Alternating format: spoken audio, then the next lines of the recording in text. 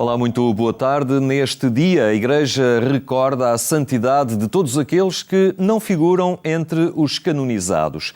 É dia de todos os santos, mas também um momento em que os portugueses se aproximam da memória dos que já não estão entre nós, porque amanhã é o dia de Fiéis Defuntos. Portanto, olhar o fim da vida e o horizonte da santidade é o itinerário que, dentro de instantes, iremos percorrer com José Luís Nunes Martins, que está hoje entre nós. Para já fica a atualidade religiosa.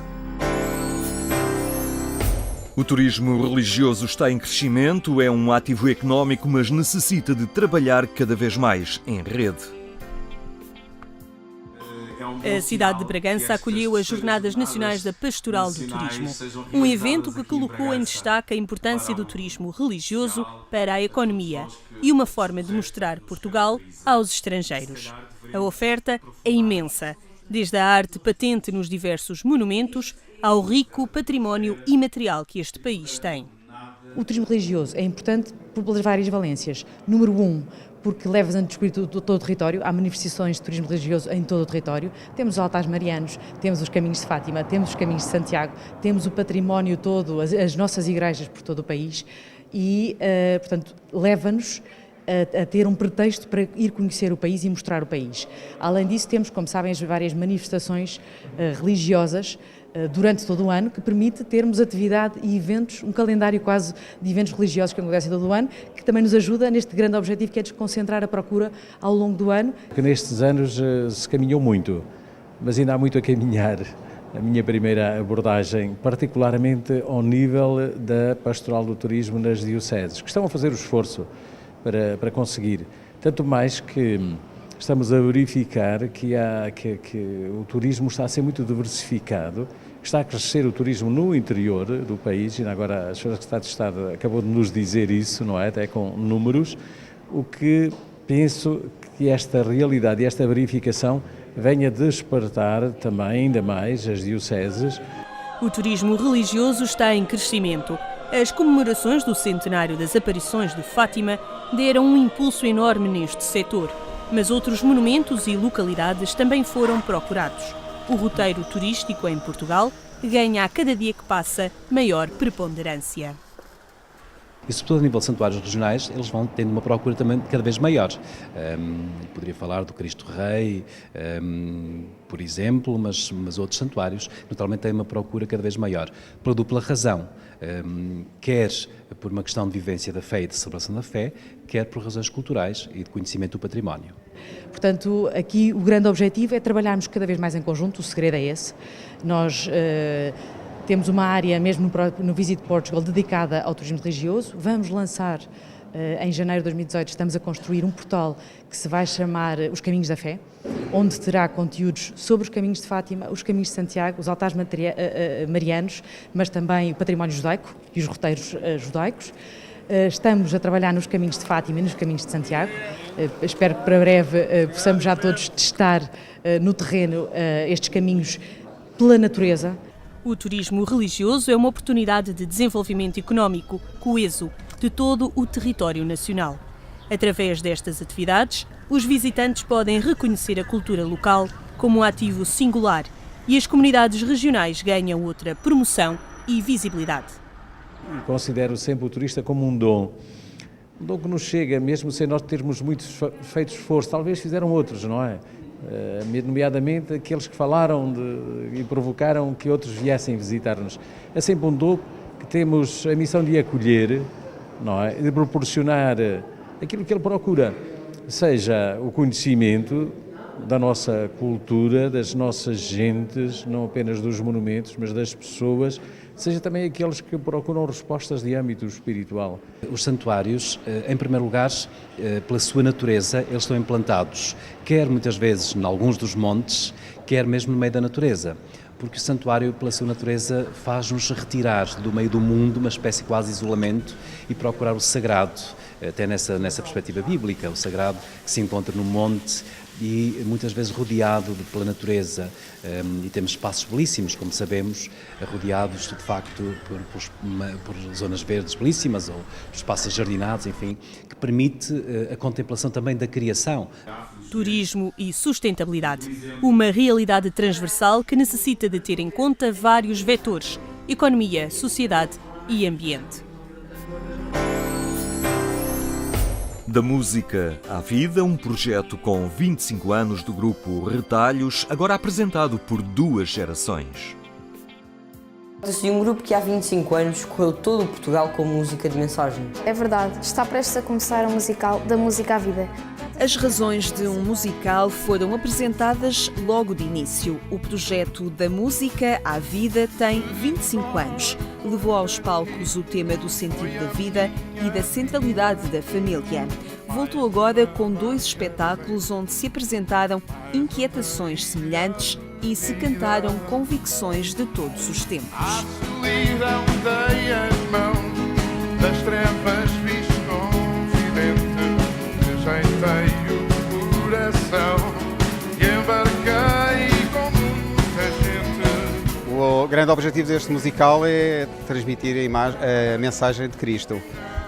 Somos um grupo que há 25 anos nos reuníamos para esse mesmo objetivo e voltámos agora, hoje e amanhã, para transmitirmos essa mesma mensagem.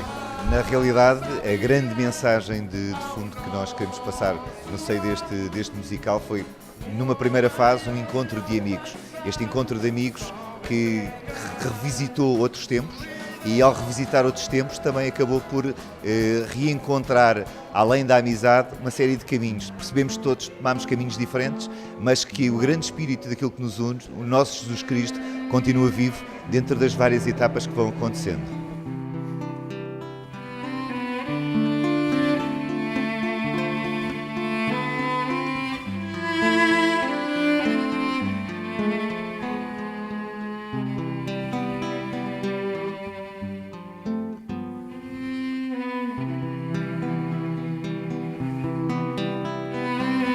O gosto pela música e a certeza de que é o meio para partilhar mensagens e convicções estão na origem deste projeto, agora encenado e cantado por 2 gerações. Aqui me encontro, despido de mim mesmo, tal qual o homem que busca a dignidade. Aqui me encontro, porto da verdade, sentindo o mundo que perde a felicidade. Eu quero ver o sol a despontar, ver o sorriso da criança na inocência. A interrogação sobre o sentido da vida, os porquês de todos os dias, são o ponto de partida para um musical que propõe respostas e aponta ambientes para vidas com sentido nos momentos que se seguem. Num segundo momento, a procura deste caminho, do que é que ele vai ser o meu destino. Tentar perceber se há várias opções e, dentro destas opções, se Cristo pode ser uma delas. A nossa é, naturalmente, por isso a privilegiamos. Um terceiro momento em que a família também acaba por representar não só o cerne daquilo que está na minha vida, mas também acaba por representar, numa segunda instância, aquilo que me move, que me faz ser melhor, ser mais pessoa e que me educa a fazer esta descoberta. E o final, não menos importante, esta passagem de testemunho para as gerações mais novas. Portanto, é esta tentativa de não só as nossas gerações, mas as gerações futuras, percebam que nesta mensagem continua a ser tão atual como era há 25 anos atrás. Podem vir as palmas se quiserem, não é? Ué, palmas! Isto é um concerto partilhado, hein? Aos jovens a quem falei, não soube dar o amor.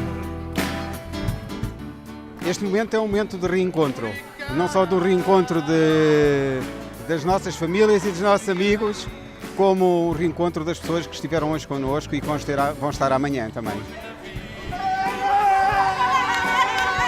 Palavras para quê? Foi muito bom, muito stress, uma animação enorme e fazia isto tudo outra vez? É, de facto, isto é a alegria da nossa mensagem, é o reencontro, no fundo é um afirmar dos nossos valores, aquilo em que acreditamos, e no fundo sentimos-nos bem e alegres por esta energia que estas coisas nos dão, nada mais do que isso.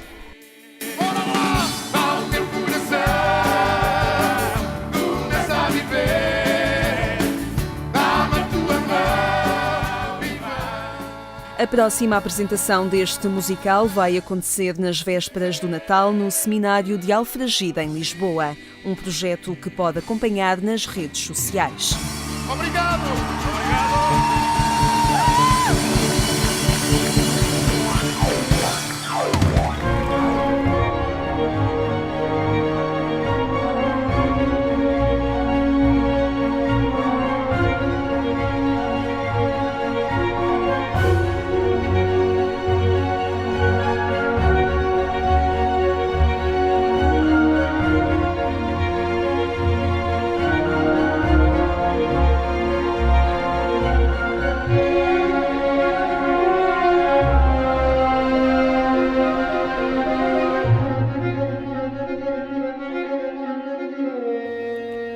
Este é o tempo de pormos o humanismo ao serviço do doente.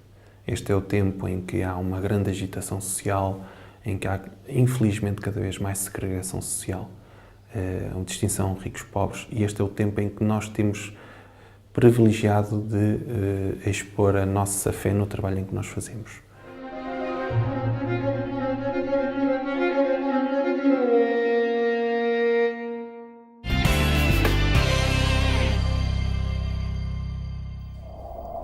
Estes são temas que pode acompanhar no endereço agência.eclesia.pt, é o portal informativo da Igreja Católica.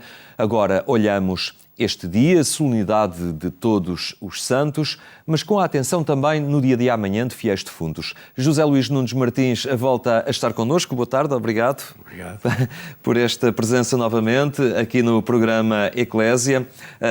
É um dia em que a Igreja recorda aqueles que não estão no calendário, digamos assim, dos santos canonizados pela Igreja, mas que pela sua vida se distinguiram e diante de Deus numa fidelidade próxima ao seu batismo e se distinguiram e são santos. A Igreja recorda-os a todos, num dia em que os portugueses também têm esta tradição de irem até às aldeias, aos seus lugares de origem e se aproximarem da memória dos seus antepassados.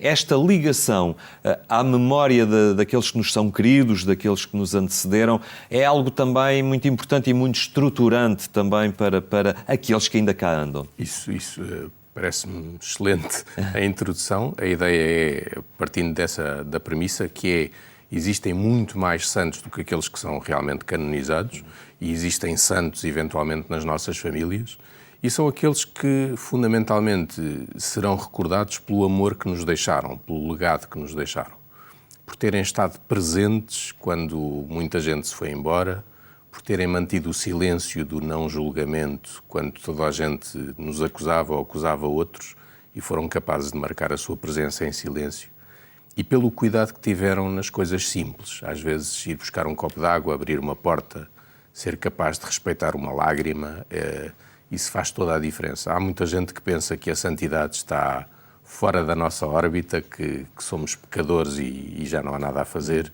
É uma atitude um bocadinho conformista e preguiçosa, porque, no fundo, para ser santo não é preciso assim tanto quanto isso. É preciso, se calhar, estar em silêncio, estar presente onde os outros não têm vontade de ir. Atento às pequenas coisas. E fazer essas pequenas Exato. coisas. E, quer dizer, é dar água a quem tem sede, dar de comer a quem tem fome. E aqui temos um projeto muito grande, não é? E manter uma atitude coerente de vida, não é? Exatamente. Pautada por estas linhas de princípios. Isso a questão da morte é uma questão fundamental, porque a morte é um ponto de passagem obrigatório da nossa vida. Há quem diga que é o fim da nossa vida, eu gosto de pensar que é um ponto de passagem obrigatório. É esse o sentido da vida, do ponto de vista cronológico e existencial. Nós somos lançados para a morte como se todos estivéssemos dentro de um comboio onde soubéssemos que mais tarde ou mais cedo chegará a uma estação que é a morte.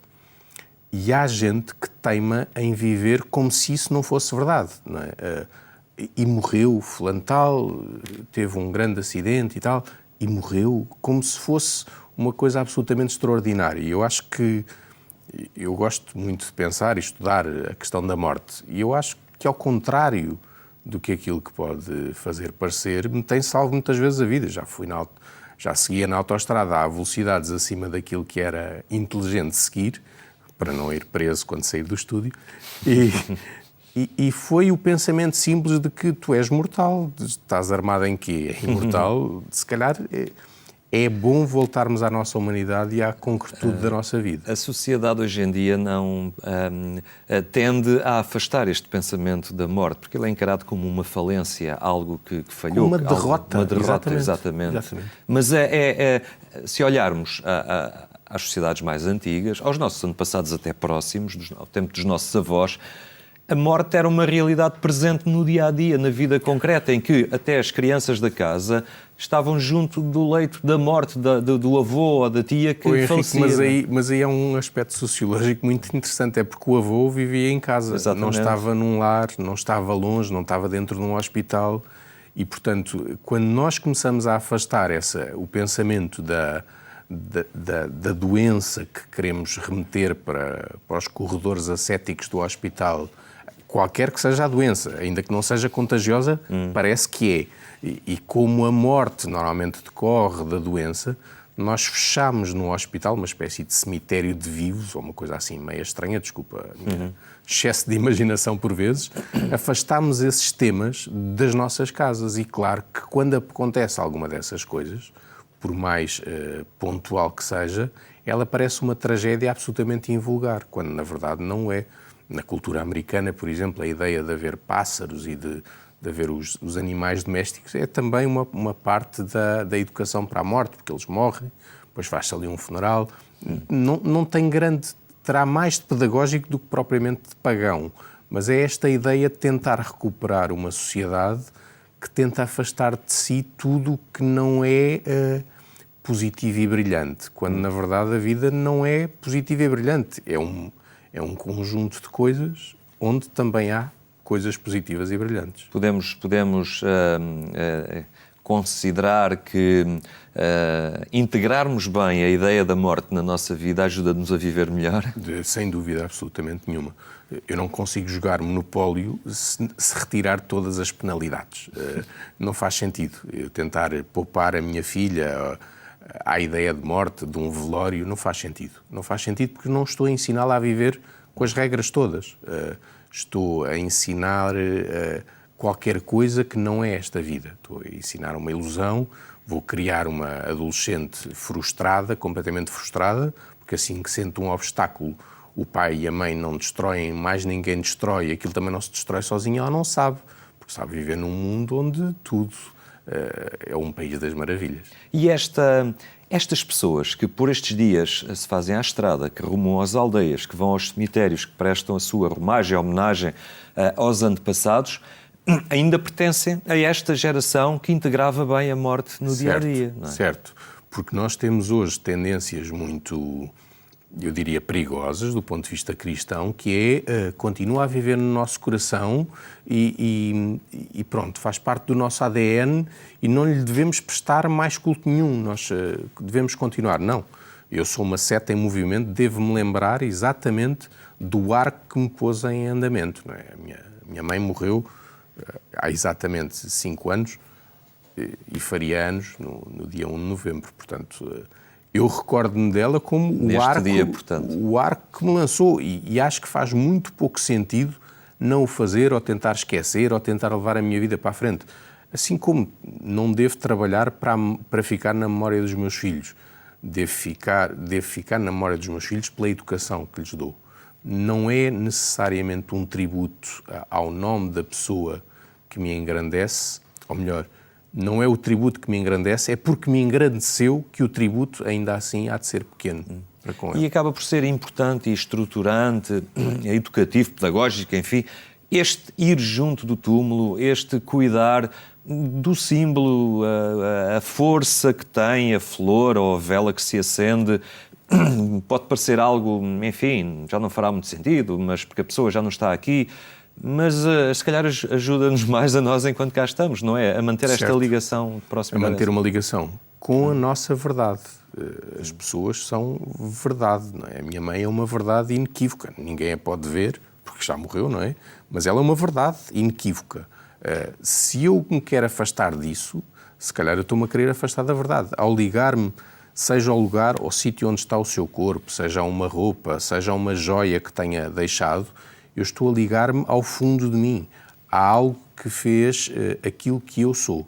E, curiosamente, voltando ao início da nossa conversa, aquilo que eu sou, a grande educação que os nossos pais, os nossos avós nos deram, foi muito pela presença, foi muito pelo silêncio e foi muito pelas coisas simples. Não é preciso grandes conversas. Normalmente, se a razão não é direita, a razão não é boa. Convém dizer as coisas simples e claras. Gosto muito de uma oração que é relativamente fácil, que é só obrigado, perdão, ajuda-me mais. É uma jaculatória muito simples. Obrigado, perdão, ajuda-me mais. Obrigado, perdão, ajuda-me mais. Isto para Deus, isto para a minha mulher, isto para os meus filhos. Tudo isto faz sempre muito sentido, desde que eu tenha sentido em cada uma das palavras. Perder-me num credo, perder-me numa oração de 2 horas ou 3 páginas, se calhar fica muito bem do ponto de vista vocal, mas não do ponto de vista devocional. E a fé tem que ser sincera. A fé tem que ser sincera. Muito bem, José Luís Nunes Martins, muito obrigado por esta reflexão neste dia tão especial, dia 1 de novembro. E vale a pena ter aqui a memória daqueles que nos são queridos, que também são para nós hoje exemplos de santidade. Obrigado. Um olhar em torno da morte, mas também da santidade de vida neste dia de todos os santos. Termino a lembrar que mais logo pode ainda acompanhar a edição rádio do programa Eclésia na Antena 1 pelas 22h45. Boa tarde e até amanhã, se Deus quiser.